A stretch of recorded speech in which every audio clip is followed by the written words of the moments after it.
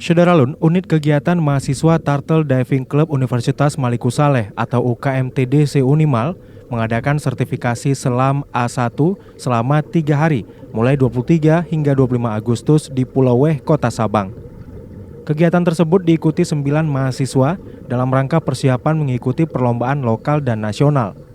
Ketua Umum UKMTDC Unimal, Intan Mutia, didampingi Ketua Panitia Mirja Irfanda kepada Serambi On TV menyebutkan, sertifikasi selam itu menghadirkan mantan Ketua Search and Rescue Aceh Utara sebagai instruktur.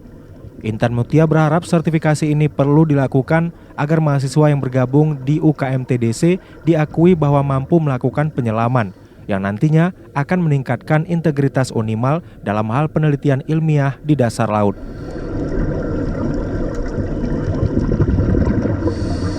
Dari Losukun, Jafarudin, Serambi On TV.